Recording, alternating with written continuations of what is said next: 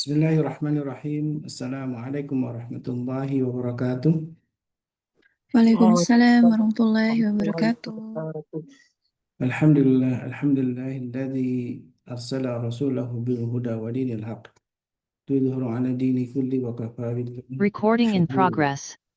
Asyhadu an la ilaha illallah al-wahidul qahhar wa asyhadu anna Muhammadan abduhu wa rasuluhu alladzi balagha risalah wa nasaha al-ummah wa adda al-amanah wa hajada billahi haqqa jihadih.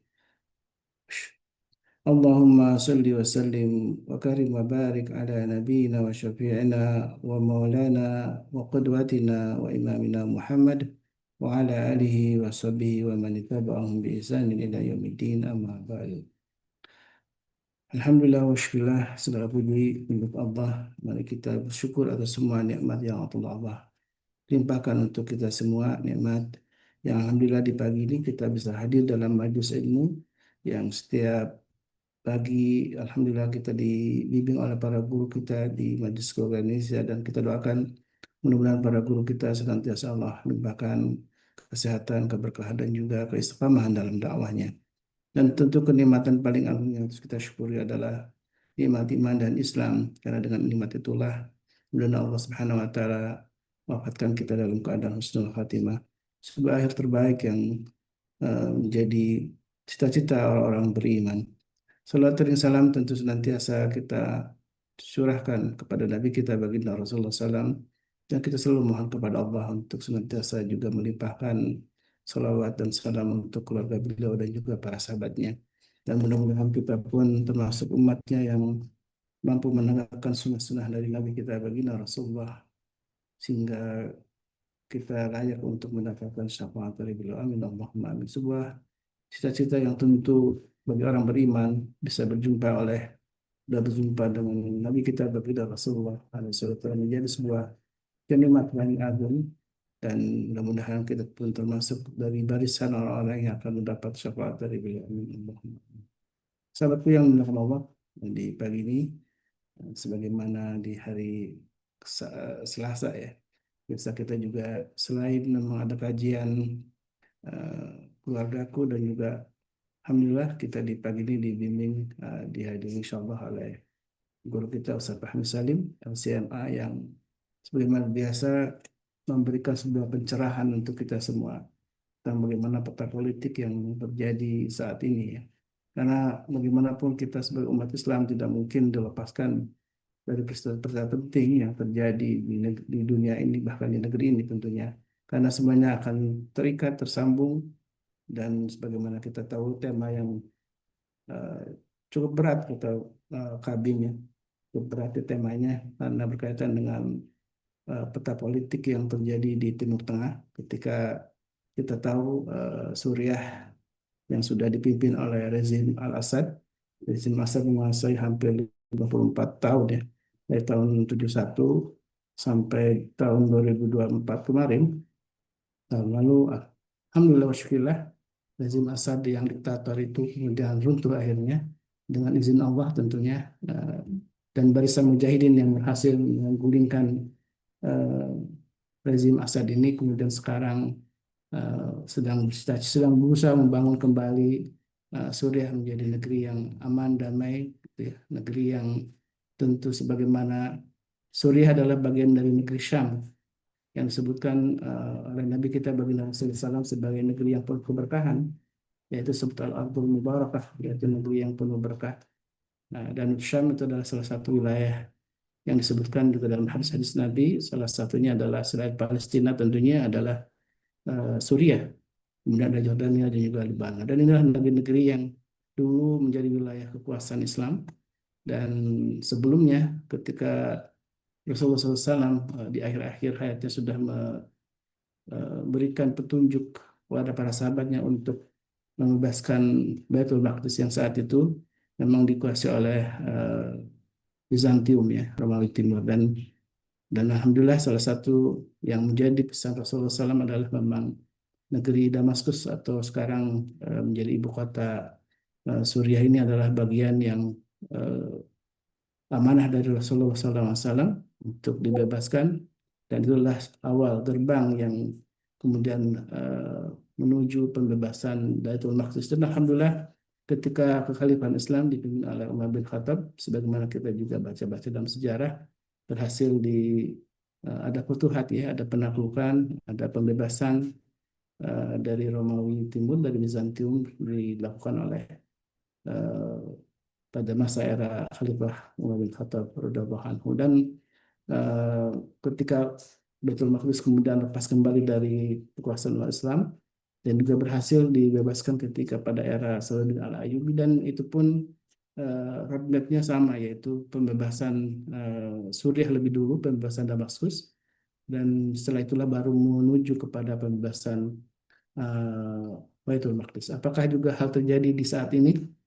Dan tanpa diduga ya, kita sama-sama tahu ketika tahun 2024 di Desember ya, ada satu uh, peristiwa besar, dan itu adalah peristiwa penting bagi umat Islam, yaitu pembebasan atau penaklukan, penggulingan ya rezim Assad oleh para mujahidin. Dan alhamdulillah sekarang Suriah sudah di bawah kekuasaan kaum mujahidin, dan mudah-mudahan kita doakan mereka istiqamah dan mereka diberi kemenangan terus untuk selain memperbaiki negerinya, tentu jadi gerbang bagaimana membebaskan Baitul Maqdis.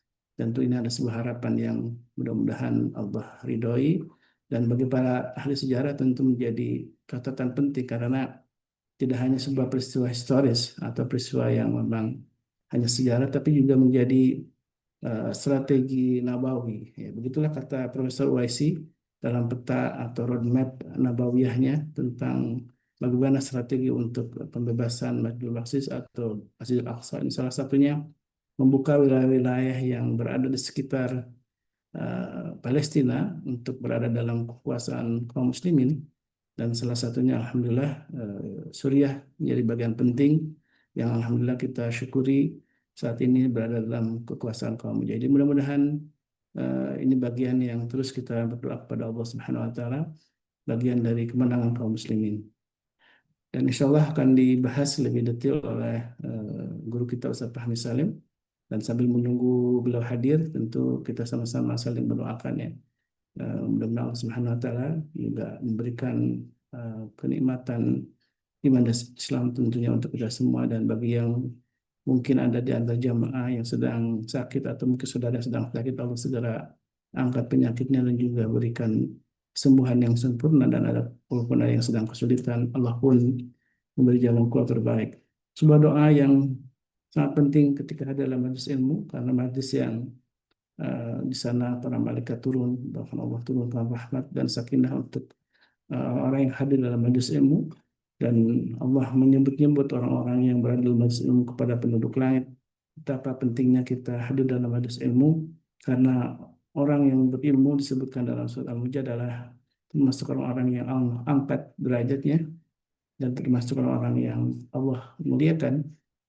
Itulah pentingnya kemuliaan atau kehadiran kita dalam majlis ilmu, karena di sana ada keberkahan, ada kemuliaan, ada rahmat Allah, dan alhamdulillah insya Allah ini bagian yang alhamdulillah kita istiqomah untuk menghadirinya.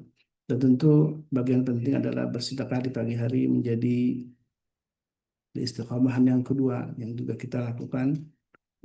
Mudah-mudahan juga dengan harta yang kita infakkan di jalan Allah menjadi wasilah bagi kita untuk mendapatkan cinta Allah Subhanahu wa taala, karena disebutkan dalam sabda yang mulia, saya tidak bosan-bosan untuk menyebutkan hadis ini, bahwa inna min ahbil amal Allah, sesungguhnya dari amal yang paling cintai Allah itu adwa muhawalin qalla, yaitu keistiqomahan walaupun sedikit. Jadi istiqomah kita mungkin walaupun ngaji banyak tapi banyak yang lupa, tapi mudah-mudahan walaupun itu kita tidak kita dapatkan secara sempurna, tapi keistiqomahan kita mudah Allah bukakan selalu pintu hidayah untuk kita, dan salah satunya adalah dari pintu hidayah ilmu. Dan sahabatku yang dimuliakan Allah, sebelum masuk kajian tentu kita juga saling memotivasi ya untuk terus pasti berkol khairat dengan kebaikan-kebaikan yang kita lakukan. Dan insya Allah di Bu Dedarni kita masih ada kegiatan khitan ya insya Allah ya di bulan ini dan bulan depan. insya Allah kita coba akan gerakan terus kegiatan rutin kita di bulan ini. Bulan ini masih ada kegiatan khitan, Bu Dedan. Apa ini masih belum baik. Baik, Alhamdulillah Ustaz Fahmi Salim sedang siap-siap. Saya sudah tadi eh, beri beliau ya. Mudah-mudahan segera masuk ke Zoom ini. Baik, tadi di iklan ada beberapa buku beliau yang juga sudah di-share oleh admin ya, dan itulah buku-buku yang berkaitan dengan perjuangan beliau dengan menulis buku yang berkaitan dengan Baitul Maqdis, tentang bagaimana cita-cita kita bersama sungguh ya untuk ikut terlibat dalam pembebasan Baitul Maqdis, walaupun dengan cara-cara kita yang setidaknya mungkin dengan mengetahui keilmuannya, kemudian bersedekah walaupun ya tidak rutin gitu untuk perjuangan atau untuk melihat bagaimana solidaritas kita untuk rakyat di Gaza, bagian yang Allah mudah-mudahan catatkan. Dan Alhamdulillah semua salah satu atau bagian dari yang Bapak Ibu jamaah sedekahkan, infakkan di jalan Allah melalui MKI, selalu kita rutinkan untuk kita donasikan ke beberapa lembaga yang secara khusus ya, yang memang terlibat penuh dalam membantu saudara-saudara kita di Gaza. Dan Alhamdulillah ini rutin udah hampir bertahun-tahun ya kita terus ikut terlibat itu, walaupun memang kita tidak langsung berinteraksi dengan rakyat Gaza gitu ya, tapi kita melalui sebuah yayasan memang yang sudah kredibel, yang sudah lama juga berkecimpung untuk eh, membantu orang saudara-saudara kita di Gaza. Dan saudara muslim itu memang kal jasadil wahid kata Rasulullah SAW, seperti jasad yang satu ya. Idza tada minhu udun tada kullu sairu kullu jasadih. Jadi kalau salah satu anggota tubuh itu merasa sakit, maka akan merasa sakit pula seluruh tubuh, anggota tubuh besar riwal kuma gitu dengan demam. Seperti itulah permisalan yang disebutkan oleh Rasulullah SAW tentang seorang muslim itu, seorang mukmin itu adalah kal jasadil wahid ya, seperti jasad atau tubuh yang satu yang utuh. Disebut dalam hadis lain eh, ya sudu ba'du ba'do ya, harus saling menguatkan karena eh, muslim dengan muslim itu ada akhul muslim, adalah saudaranya muslim yang lain. Persaudaraan muslim inilah yang tumbuh menjadi eh, kekayaan yang sangat penting yang harus kita jaga, karena ketika kita bersaudara maka akan kokoh pula kekuatan kita. Sebaliknya kalau kita bercerai-berai maka akan lemah, akan tidak punya kekuatan apapun, tidak punya marwah, tidak punya eh, kekuatan yang untuk menghadapi musuh-musuh Islam. Dan inilah upaya kita dengan hadir di majelis ilmu, kemudian berusaha untuk menjadikan kita termasuk barisan orang-orang yang mudah-mudahan Allah catatkan, orang-orang yang ikut terlibat, ikut melakukan pembebasan Baitul Maqdis dengan cara-cara yang mungkin yang mampu kita lakukan saat ini.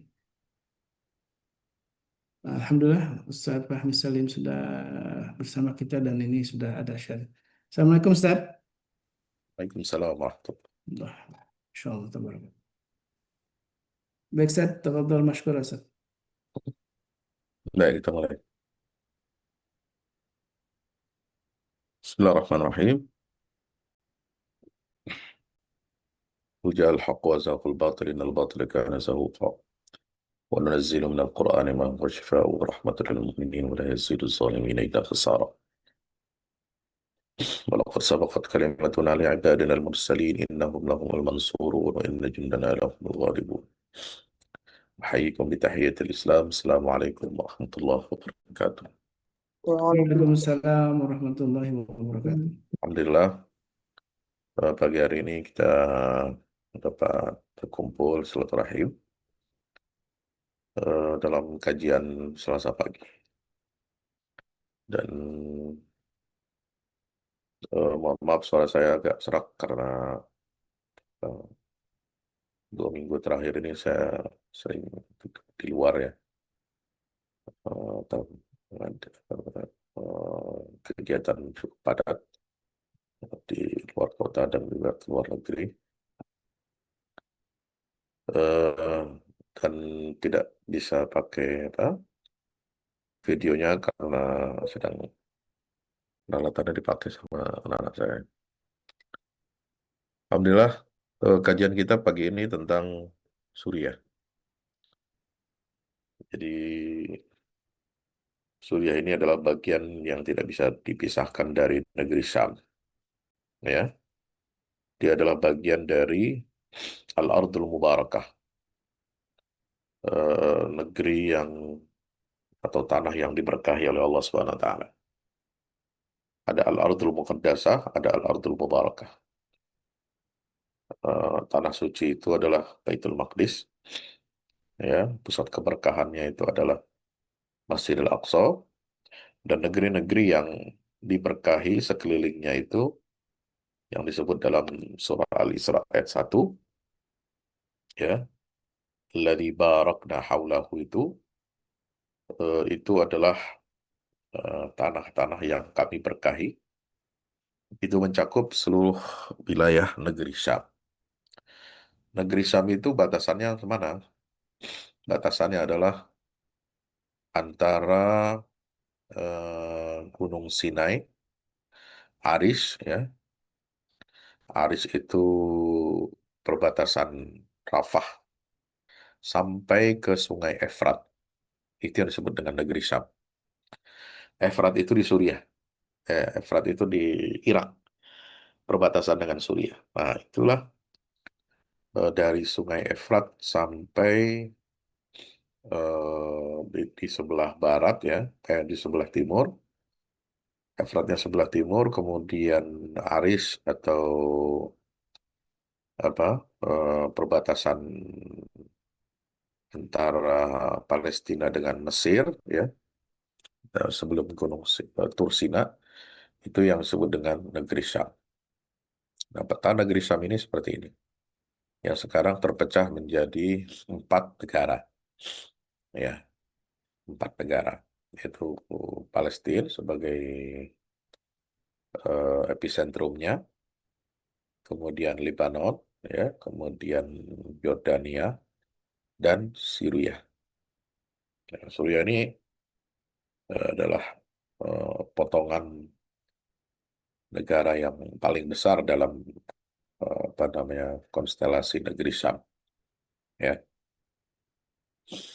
jadi dulu di masa-masa kekhalifahan Ottoman, negeri Syam itu seluruhnya, ya, belum ada nama-nama ini, itu namanya adalah Ardus Syam.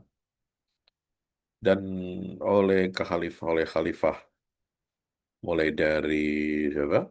Sultan Salim I sampai Abdul Hamid II, ini disebutnya sebagai Asyam Asyarif, negeri Syam yang mulia, sama dengan Makkah Al-Mukarramah dan Madinah Al-Munawwarah.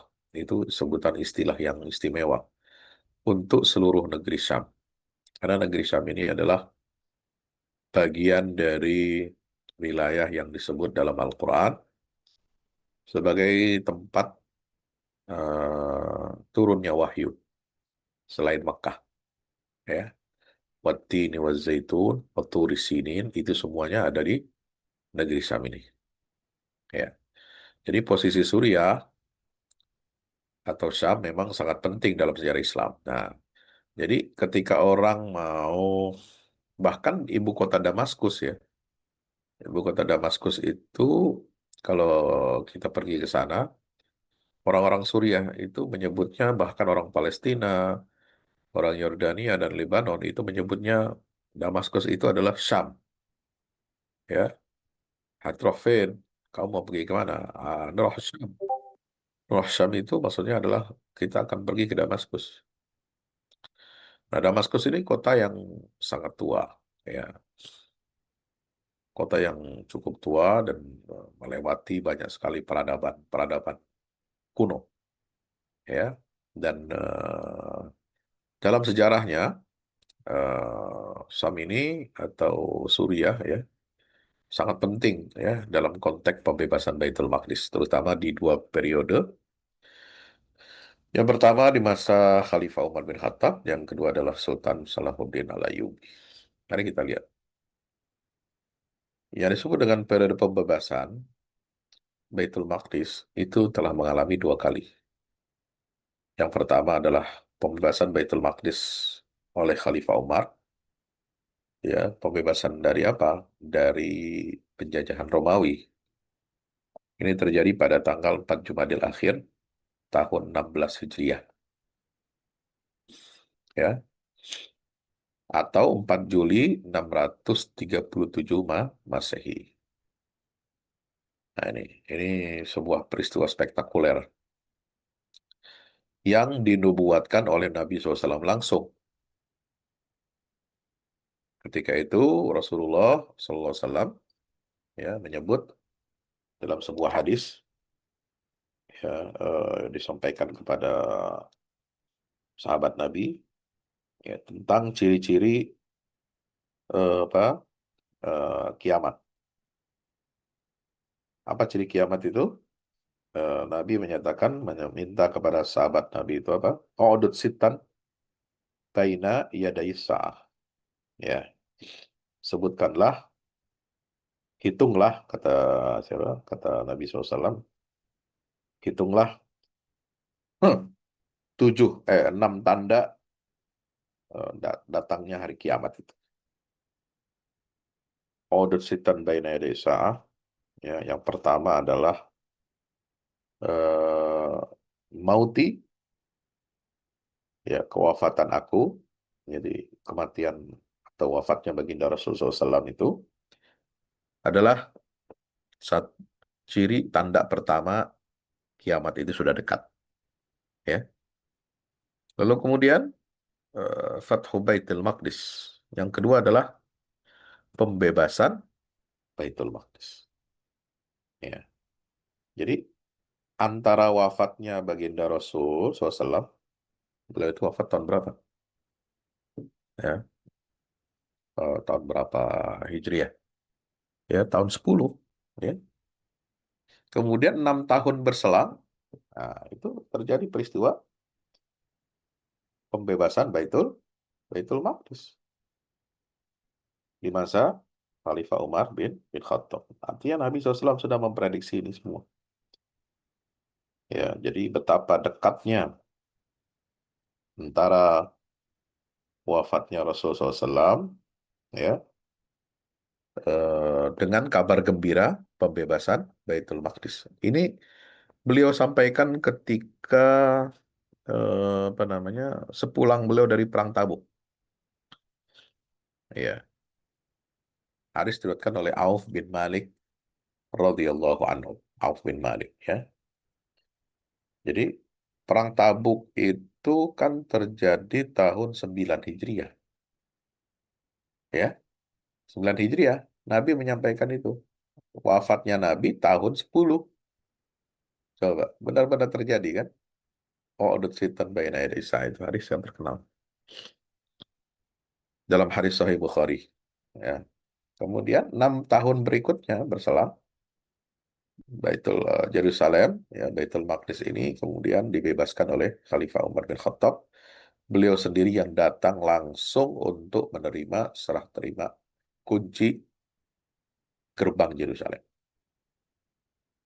Ini peristiwa yang dicatat dalam sejarah sebagai peristiwa yang sangat-sangat menggemparkan dunia. Ya, tidak ada satu kota yang dibebaskan atau negeri yang dibebaskan oleh umat Islam pada masa itu yang dihadiri oleh apa namanya upacara resmi yang dihadiri langsung oleh pemimpin tertinggi umat Islam kecuali Yerusalem. Ini menunjukkan tempat istimewa, ya, tempat yang sangat dihormati oleh Khalifah Umar bin Khattab. Yang kedua adalah pembebasan Baitul Maqdis di masa Salahuddin Al-Ayyubi.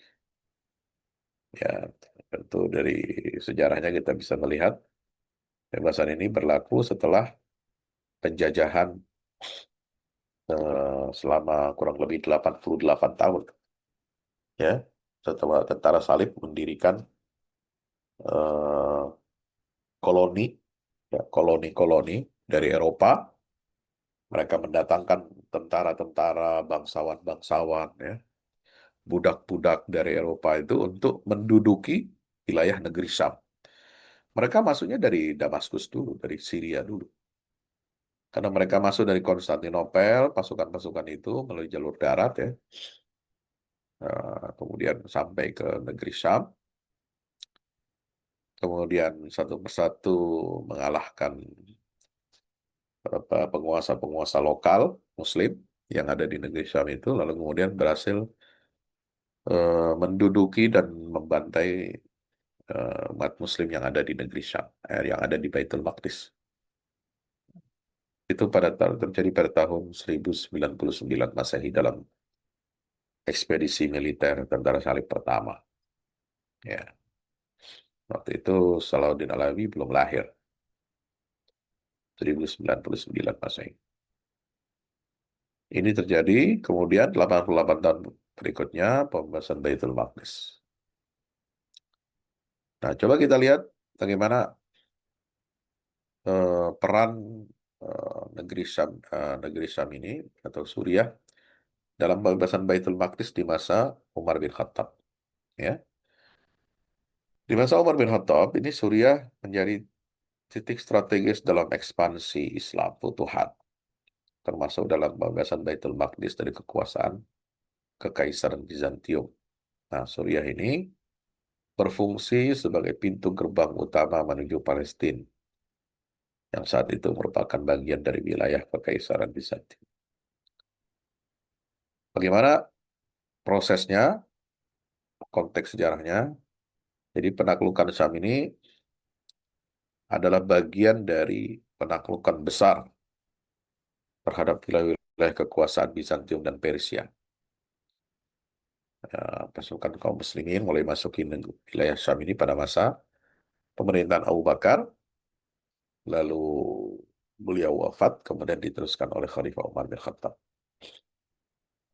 Nah, dalam perang apa setelah kejayaan, ya, kemenangan umat Islam dalam perang Mu'tah, ya, perang Yarmuk, Pak. Mu'tah itu di zaman Nabi, ya. Mu'tah itu zaman Nabi. Ini perang Yarmuk, ya. Yarmuk tahun 15 Hijriah itu kan peran Khalid bin Walid itu kan luar biasa. Ya, berhasil mengalahkan pasukan Bizantium, ya. Di mana perang Yarmuk ini terjadi di perbatasan Suriah dan Yordania ini sebagai langkah awal untuk menaklukkan Yerusalem. Itu perang Yarmuk. Terjadi pada tahun 15 Hijriah atau 5 Rajab 15 Hijriah. Nah, setelah Khalid bin Walid, ya, mengalahkan Bizantium dalam pertempuran Yarmuk, nah, barulah kemudian terbuka pintu lebar penaklukan Baitul Maqdis. Setelah pertempuran Yarmuk, kemudian umat Islam menaklukkan Damaskus. Ya, penaklukan Damaskus itu sebelum Yarmuk itu Damaskus dulu, ya.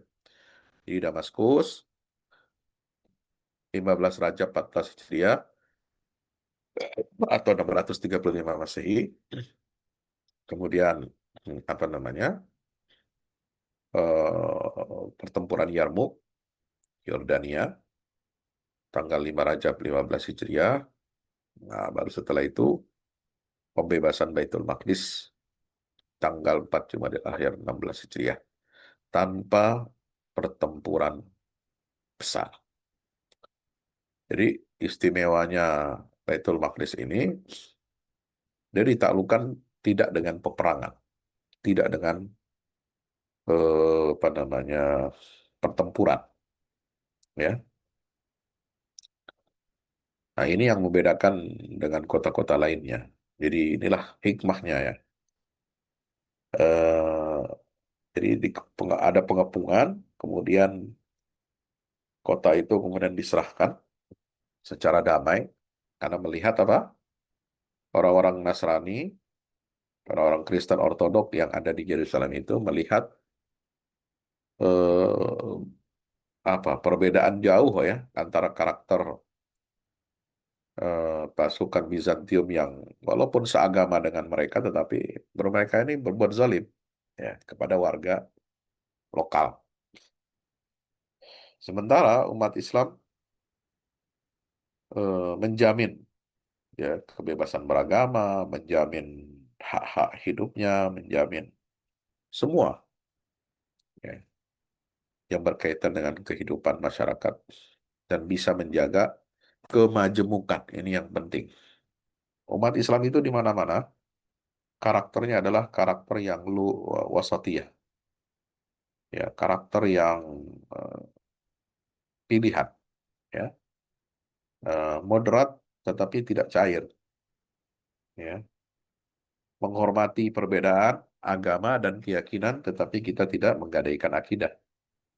Dan kita diperintahkan oleh Allah untuk menghormati perbedaan keyakinan itu, ya tidak seperti umat agama lain, ya yang menganggap dunia ini ya hanya satu, satu wajah, satu bentuk, tidak menerima adanya perbedaan.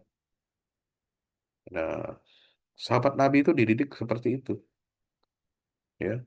Mereka percaya teguh memegang keyakinan Islam, tetapi toleransinya sangat tinggi, ya, memberikan kebebasan beragama untuk agama lain, untuk penganut agama lain, ya, menjadikan mereka sebagai apa?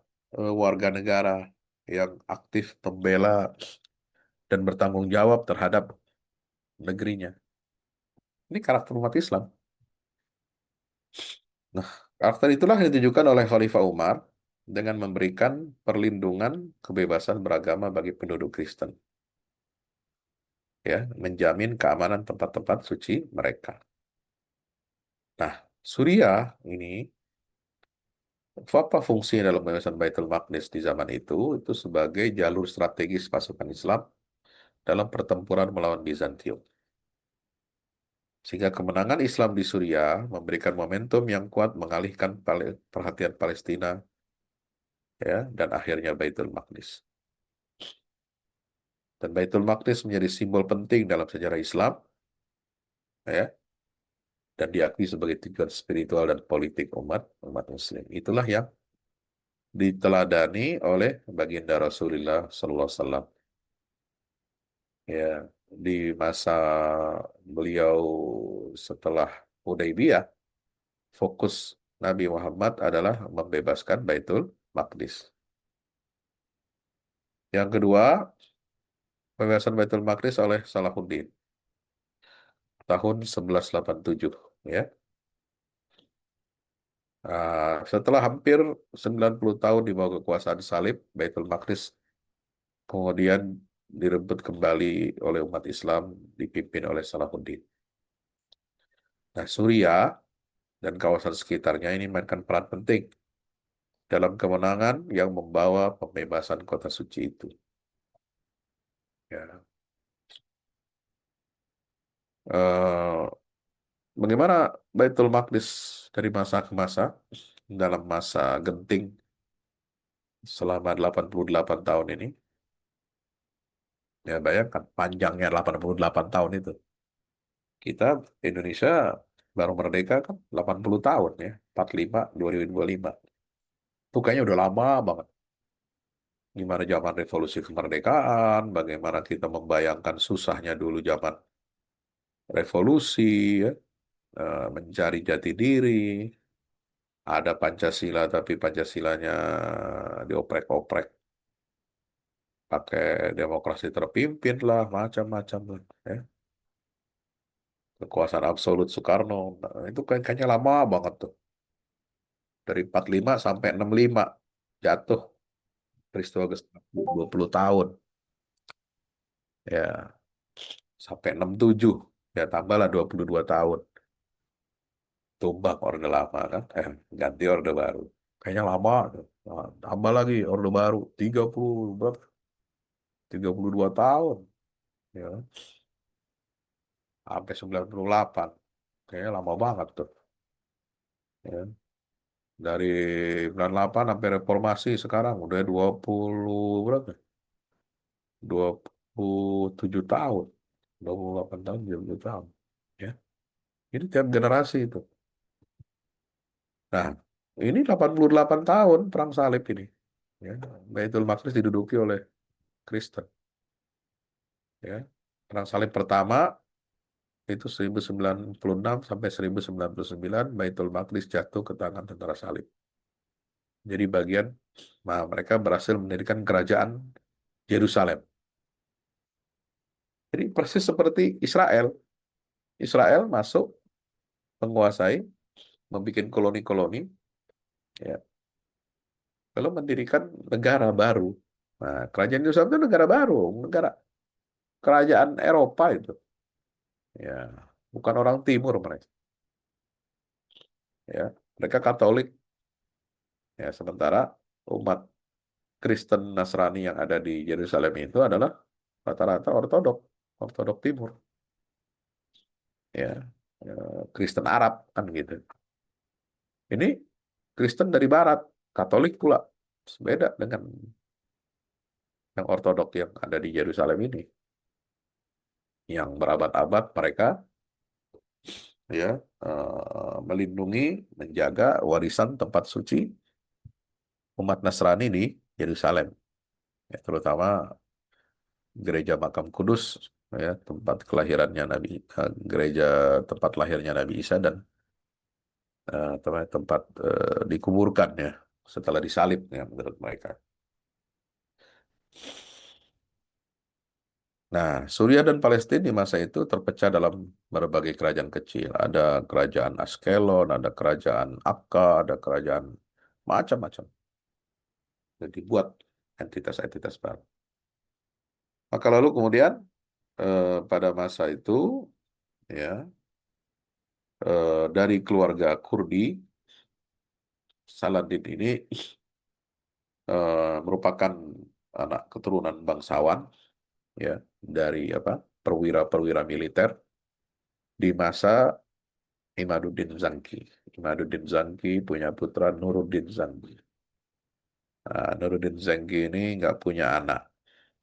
Lalu kemudian dia mengadopsi, ngangkat anak dari saudaranya, apa dari wazir besarnya, ya Najmuddin, Najmuddin Ayyub. Nah, Najmuddin dia punya anak. Jadi hubungan Nuruddin dengan Najmuddin ini udah seperti saudara, ya saudara-saudara sekandung lah. Padahal bukan ya. Mereka sangat akrab, sangat sama-sama diikat apa dengan perjuangan cita-cita yang sama. Jadi pemimpin-pemimpin hebat zaman dulu itu apa ikatan emosionalnya itu karena diikat oleh apa? Perjuangan visinya, bukan diikat oleh darah, ya. Nggak nggak mikirin ya apa namanya anaknya harus nerusin gitu, bapaknya jadi dinasti politik, ya. Nggak begitu caranya. Ya, untuk memuliakan umat Islam ini bukan cara politik dinasti, bukan cara politik apa ke apa hedonisme bukan, tapi diikat oleh apa? Oleh kesamaan visi, ya. Visi apa? Perjuangan membebaskan Baitul Maqdis. Tuh. Najmuddin ini, jadi Imaduddin itu diturunkan visi perjuangannya membebaskan Baitul Maqdis oleh ayahnya Imaduddin. Ya, Nuruddin ini kemudian mencari siapa, karena dia nggak punya anak laki-laki yang harus melanjutkan perjuangan ini. Maka dia bersepakat dengan teman kawan baiknya, Najmuddin ini. Ya. Kamu punya anak laki-laki, ya sudah. Gimana kalau saya angkat dia jadi anak? Saya persiapkan dia sebagai pemimpin masa depan, ya, yang akan melanjutkan perjuangan saya ini. untuk membebaskan Baitul Maqdis. Kan luar biasa itu. Ya, kisah ini nyata. Salahuddin sendiri, kenapa dia punya apa namanya darah semangat ideologi perjuangan ini? Itu juga bukan hanya karena dididik oleh Nuruddin Zaki, tapi karena doa dan apa spirit kedua orang tuanya, ibu bapaknya. Jadi ada kisahnya juga disebut dalam buku-buku sejarah, ya. Najmuddin ini, bapaknya Salahuddin, yang namanya Ayub, itu ketika dia sebagai pangeran kan, perwira militer, ketika mencari jodoh, mencari siapa calon istrinya, itu syaratnya satu, ya, ingin apa namanya punya istri yang punya semangat, punya cita-cita untuk membebaskan Baitul Maqdis.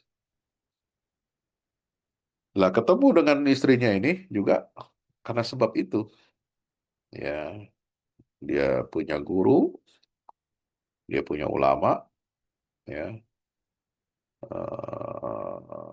dia pun juga punya cita-cita, punya harapan kalau kalau kawin nanti saya pengen punya suami itu yang seperti itu, punya cita-cita itu. Jadi luar biasa keluarga Salahuddin ini. Jadi dididik oleh orang tua kandung yang memiliki cita-cita pembebasan Baitul Maqdis dan dididik oleh seorang penguasa pemimpin yang mewarisi visi pembebasan Baitul Maqdis dari orang tuanya. Jadi lengkap sudah. Maka muncullah generasi Salahuddin, Masya Allah. Generasi terbaik setelah sahabat Nabi Muhammad SAW. Ya. Maka terjadilah pertempuran Hittin 4 Juli 1187. Kemenangan besar di Hittin ini, sebuah wilayah di Palestina di dekat Tiberias, dan sekarang termasuk dalam wilayah Suriah, Palestina, dan inilah kemenangan yang menghancurkan pasukan salib, membuka jalan menaklukkan Baitul Maqdis. Nah, pembebasan Yerusalem, jadi pertempuran Hittin itu 4 Juli, nah, jadi masih panjang lagi. Pembebasan Yerusalemnya itu baru terjadi 2 Oktober 1187. Ya, Baitul Maqdis kembali ke pangkuan Islam, dan Salahuddin mengizinkan penduduk Kristen untuk keluar dengan aman. Ya, ya, masa penduduk Kristen mana? Penduduk Kristen yang didatangkan, diimpor dari Eropa. Ya, sama seperti Israel sekarang memang. Itu sejarah terulang. Makanya di Israel itu pusat-pusat studi sejarah, sejarah tentang koloni, daerah wilayah pendudukan, apa namanya, di Palestina di masa Perang Salib itu menjadi wilayah kajian tersendiri. Itu menjadi perhatian para pengambil kebijakan politik di Israel. Jadi kebijakan politik Israel, ya, dalam menduduki Palestina sekarang ini itu banyak meniru gaya-gaya tentara pasukan salib, ya, di abad-abad sebelumnya. Ya, gitu. Nah, jadi kajiannya seperti itu. Jadi mereka buat negara pendudukan, buat stelsel-stelsel, membuat wilayah-wilayah yang terisolasi dan seterusnya dan seterusnya. Ya, nah, Salahuddin membebaskan Baitul Maqdis ini tanggal 2 Oktober 1187 dan memberikan jalur pengamanan, ya, kepada umat Kristen Eropa yang ingin kembali ke negara asalnya.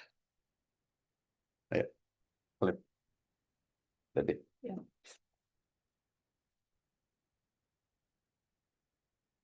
nah, pentingnya Suriah. Di masa itu Salahuddin adalah sebagai basis kekuatan. Ya, tahun ini terjadi antara tahun 1174. Nah, ya. Jadi sebelum penaklukan Baitul Maqdis itu, basis pangkalan militernya Salahuddin itu di mana? Di Suriah, yaitu di Damaskus dan Aleppo. Aleppo ini Halab sebagai pusat pemerintah dan kekuatan militer Salahuddin. Pangkalan dan sumber daya dari Suriah mungkin Salahuddin membangun serangan yang sukses terhadap pasukan salib dan merebut kembali wilayah-wilayah yang hilang. Ini terjadi pada masa antara 1174 sampai 1186. Jadi berapa tahun? Ya, kurang lebih ada 12 tahun ya. Jadi persiapannya 12 tahun. Saladin menggunakan strategi militer yang cerah mengalahkan masalah batuan kunci ya di Suriah. Kemudian pada masa 12 tahun itu, di sela-sela itu juga beliau melakukan penyatuan wilayah Islam. Di mana sebelumnya dari tahun 1169 sampai 1174, ya kurang lebih 5 tahun ya, apa namanya, Mesir itu dibersihkan dari Daulah Fatimiyah. Ini memakan waktu 5 tahun untuk mereformasi Mesir. Kemudian Suriah dibersihkan dari penguasa-penguasa lokal yang loyal, yang eh, mendukung tentara salib selama 12 tahun. Coba bayangkan. Jadi upaya untuk membebaskan Baitul Maqdis ya, itu dibersihkan dulu unsur-unsur asing. Ini ngaku Islam, tapi Islamnya kagak benar. Ya, akidahnya kagak benar. Nah, ini dibersihin dulu nih. Disikat dulu, biar bersih. Itu makan waktu 5 tahun. Karena nggak bisa Suriah tanpa sayap Mesir untuk menaklukkan Baitul Maqdis, nggak bisa. Jadi disatukan dulu Mesir dan Suriah. Ya, itu 1169 sampai 1174. Setelah disatukan Mesir dengan Suriah, keemiran-keemiran, gubernur-gubernur, ternyata yang beragama Islam ini di wilayah negeri Syam, ya, Yordania, itu Lebanon, banyak yang loyal kepada salib. Jadi loyalis salib ini banyak ternyata.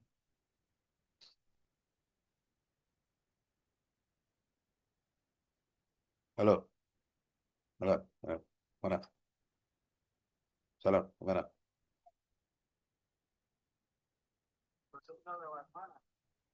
Ya, pokoknya ikutin aja. Pengukiran tiga, ya. Eh, saya lagi kajian dulu.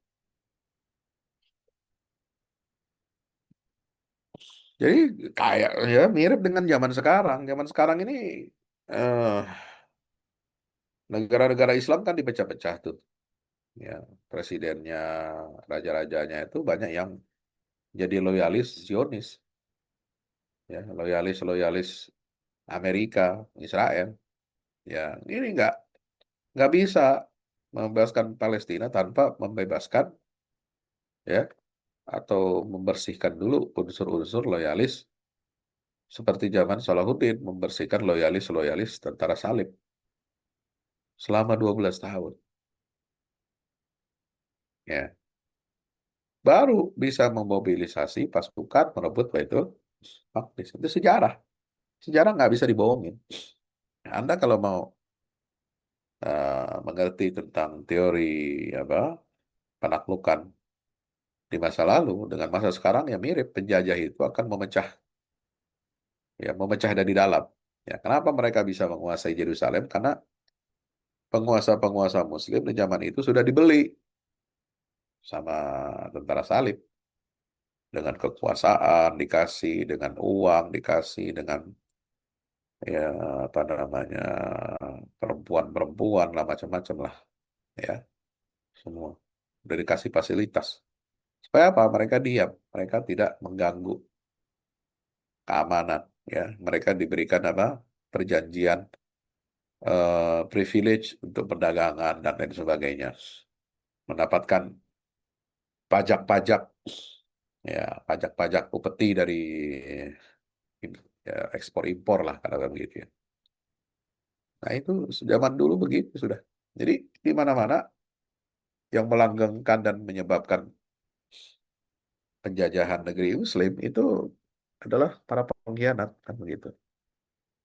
Kenapa Belanda juga lama di Indonesia, di Nusantara ya? Karena banyak banyak banyak pengkhianatnya, banyak yang jadi jongos, ya.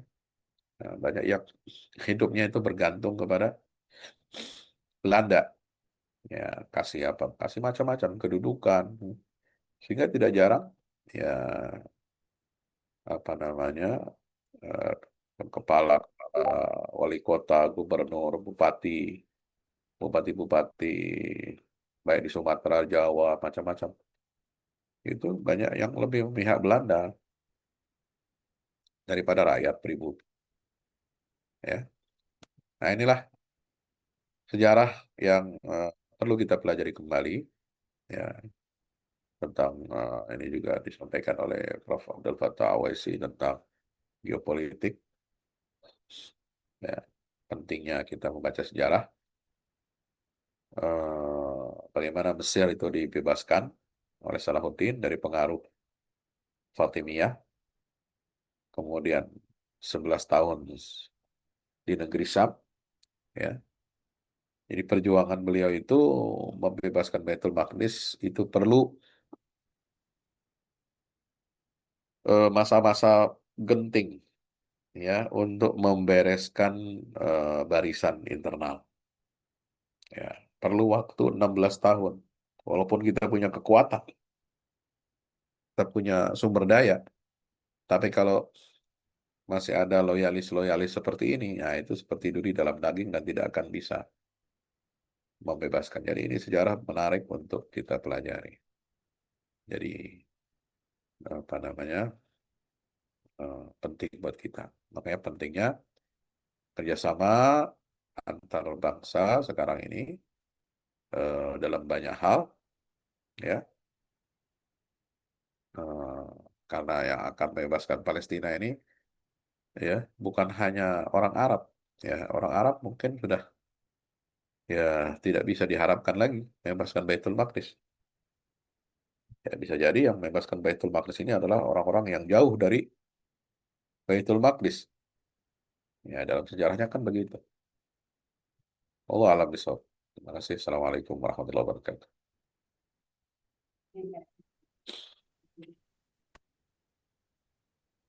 Waalaikumsalam warahmatullahi wabarakatuh. Alhamdulillah, yang menyebabkan Allah tadi sudah kita nyimak ya, jelas penjelasan tentang bagaimana posisi penting Suriah dalam pembebasan Baitul Maqdis dan juga ternyata Mesir.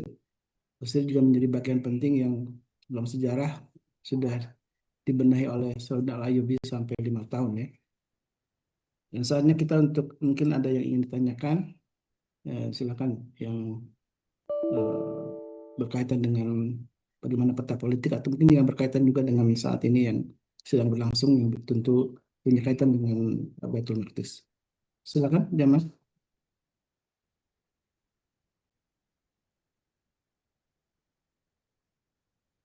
Kabin, mau coba ada yang tanya?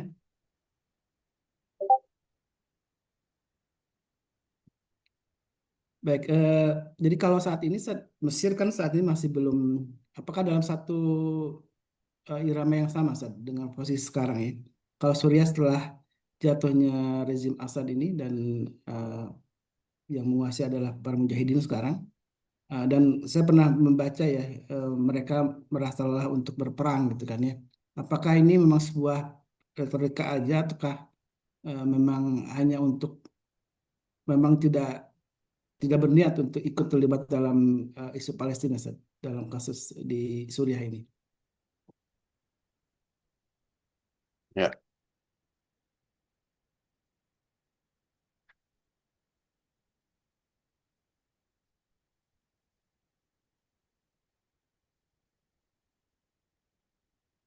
Bu Sri, Bu, nanti juga ada pertanyaan dari, saya kumpulkan dulu pertanyaan dari Uni Yuni, silakan. Ya Ustadz, Assalamualaikum. Waalaikumsalam warahmatullahi wabarakatuh. Jadi kan kalau tadi kan pembahasannya Baitul Maqdis.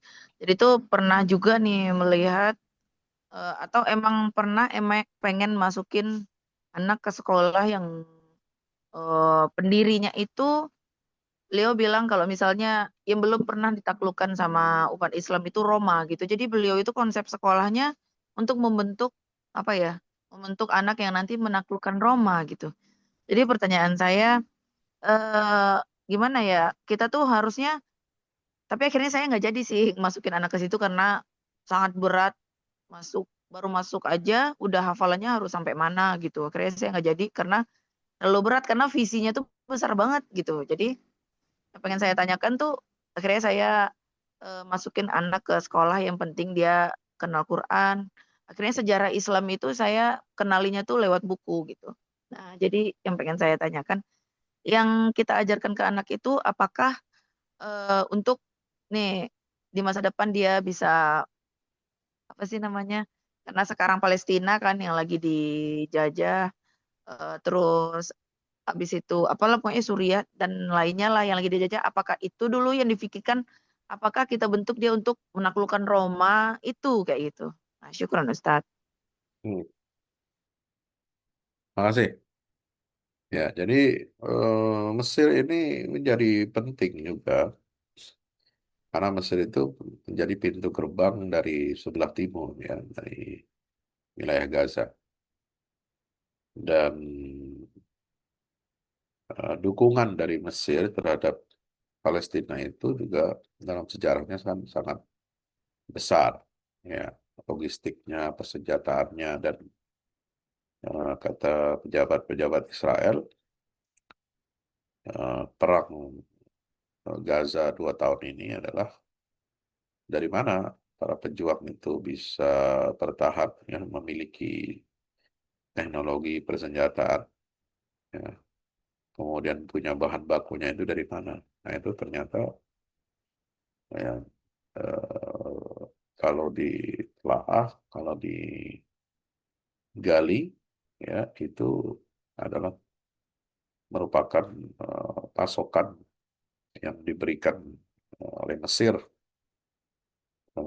di masa Presiden Mursi berkuasa 1 tahun. Jadi itu semua masuknya dari situ, dari Mesir ke jalur Gaza. Nah yang kedua, jadi pendidikan anak ini yang penting adalah menjadi orang bertakwa ya. Eh, Apa namanya? Menjadi orang bertakwa, soleh ya. Itu aja syaratnya. Ya mau visinya apa? Ya visi itu sudah ada patokannya dalam Al-Quran dan hadis. Ya kita ini maunya arahnya kemana?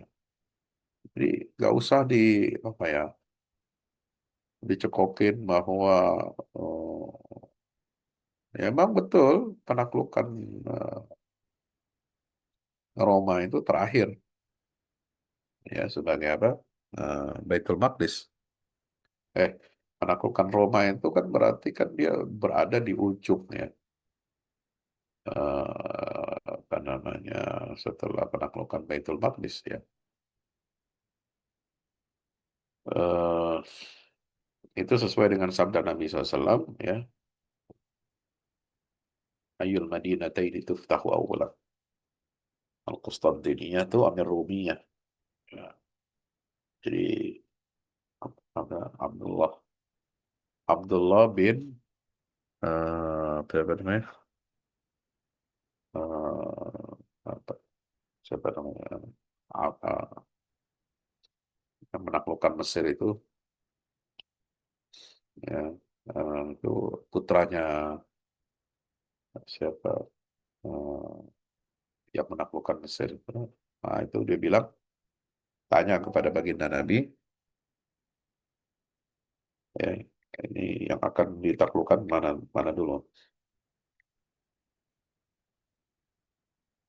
Itu antara Konstantinopel dengan Roma. Ya.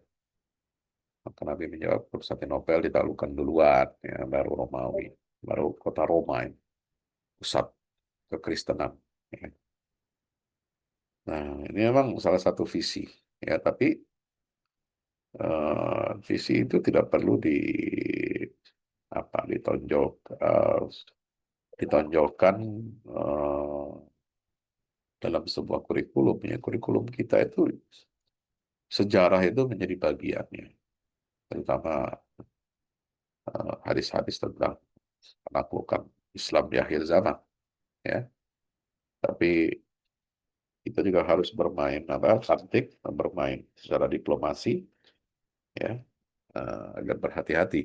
Jangan sampai nanti kurikulum itu nanti dijadikan sebagai alasan, ya, sebagai alasan untuk, ya, mengatakan bahwa ini pendidikannya pendidikan radikal, ekstrim, ya, karena menyebut penaklukan-penaklukan seperti itu. Ya, jadi fokusnya adalah bagaimana membentuk anak itu sebagai apa namanya, orang-orang yang bertakwa, orang-orang yang saleh. Ya, nah, ketika ketakwaan dan kesalehan itu berhasil kita, ya, wujudkan dalam pribadi anak-anak kita, maka eh, mengikuti peta jalan yang sudah ada, ya, terutama di akhir zaman ini. Karena yang paling penting adalah bagaimana kita bertahan mempertahankan nilai-nilai agama di masa kita hidup sekarang. Saya kira itu. Dan ada buku pendidikannya yang ditulis oleh guru kita Ustadz Fahmi Salim, Ayyuhal Walad ya. Dan ini buku eh, yang terinspirasi dari bukunya Imam Al-Ghazali ya tentang Wahai Anakku juga. Oh, Ya. Silakan yang ingin memesan. jadi ya, bentar Ustaz. Belum selesai ya. Udah Ustaz duluan aja deh. Baik. Eh, Silakan yang ingin memesan buku-buku karya Ustadz Fahmi Salim tentang Baitul Maqdis maupun tentang pendidikan anak, silakan menghubungi admin MKI ya, ada Bunda Nadia. Gimana, ada yang ingin ditanyakan lagi, Bu? Jadi bukan aku menganggap orang tuh ekstrim, bukan. Karena waktu itu pengen mindahin anak ke sekolah. Itu kan pengen cari sekolah yang lebih baik. Terus mereka tidak bisa menerima gitu. Tidak bisa menerima karena mereka tuh kaderisasinya emang dari umur 4 tahun gitu. Jadi saya nggak bilang mereka ekstrim karena visinya tinggi, tapi karena saya nggak bisa mengikuti Ustadz. Niatnya emang adik-adiknya pun masuk ke sana, tapi ketika tes itu harus ketika umur 4 tahun dia hafalannya harus sampai Al-Kafirun. Saya nggak bisa gitu. Makanya saya nggak mengikuti. Saya nggak bilang ekstrim, mungkin adiknya Iya, iya. selanjutnya mungkin saya akan mengikuti. Kalau Ya, saya udah banyak ilmunya juga sebagai orang tua, makanya kemarin itu pas Ustadz ngisi juga, yaudah deh saya beli buku. Jadi dari kecil udah saya kaderisasi gitu. Jadi saya pengen juga sebenarnya. Bagus banget itu Budi Asyari kan Ustadz. Ustadz Budi Iya, Asyari. iya. Jadi saya sebenarnya suka banget sama beliau karena begitu. Cuman anak saya nggak bisa mengikuti dan sekolah itu nggak bisa menerima pindahan gitu. Ya begitu dah Ustadz. Iya, iya. Ya, Syukron. nggak masalah. Ya, nggak masalah. Ya, bisa di mana aja. Yang penting karakter itu yang harus kita bentuk, ya. Kalau yang memang menyukai sejarah model gitu, ya silahkan, ya. Dan anaknya mampu. Jadi ini prinsip pendidik anak itu jangan kita memaksakan. Ya benar karena Nah, anak saya nggak mampu, ya, nggak bisa gitu. Makanya saya dulu ya, yang harus pinter. Ini anaknya apa sih begitu dah. Mungkin baik, adiknya lagi kali masuk situ. Saya karena itu bagus banget Ustadz Kutab itu. baik. baik, silakan Teh Nadia. Ya, Assalamualaikum warahmatullahi wabarakatuh. Waalaikumsalam warahmatullahi wabarakatuh. Ustadz, singkat aja, saya minta penjelasan pernah dengar tentang teori lingkaran berkah dari Profesor Abdul Fattah El-Awarisi ya, terkait pembebasan Suriah, Mesir, Irak dari penjajahan dan pengaruh asing. Itu gimana? Minta penjelasannya Ustadz. Terima kasih, Assalamualaikum. Ya, lingkar keberkahan itu memang perlu dipelajari ya secara khusus, ya. Nah, itu saya sudah sikat, tapi itu tidak mewakili semua pemikiran Prof di makalah itu. Jadi keberkahan itu artinya begini, kenapa Yerusalem itu atau Baitul Maqdis itu merupakan keberkahan dunia? Ya, kalau Baitul Maqdis ya itu kehidupan antar umat beragamanya berjalan dengan baik, ya adil, kemudian tidak ada konflik, maka itu akan menjadi cermin dan keadilan itu akan perdamaian itu akan merata ke seluruh dunia itu. Jadi itu yang saya pahami dari maksud keberkahan itu di situ. Sebaliknya kalau terjadi ketidakadilan, terjadi kezaliman, peperangan di Baitul Maqdis, maka dia akan menyebar ke seluruh penjuru dunia. Ya, maka kita umat Islam ini tugasnya adalah mengapa harus memimpin dan menguasai Baitul Maqdis supaya keberkahan nilai-nilai Al-Quran itu kita wujudkan di sana sehingga tatanan dunia ini bagus, tatanan dunia ini tidak menjadi lingkaran peperangan ya, lingkaran neraka bagaimana diciptakan oleh peradaban barat dalam masa 22 abad belakangan ya. Abad 18, abad 19, abad 20 ini kan puncak-puncaknya kerusakan ya peradaban manusia ini karena peradaban barat ini hobi perang ya, industri materialistik ya, industri senjata, perebutan konflik itu mereka hidupkan untuk apa? Untuk menjadi sumber kekayaan.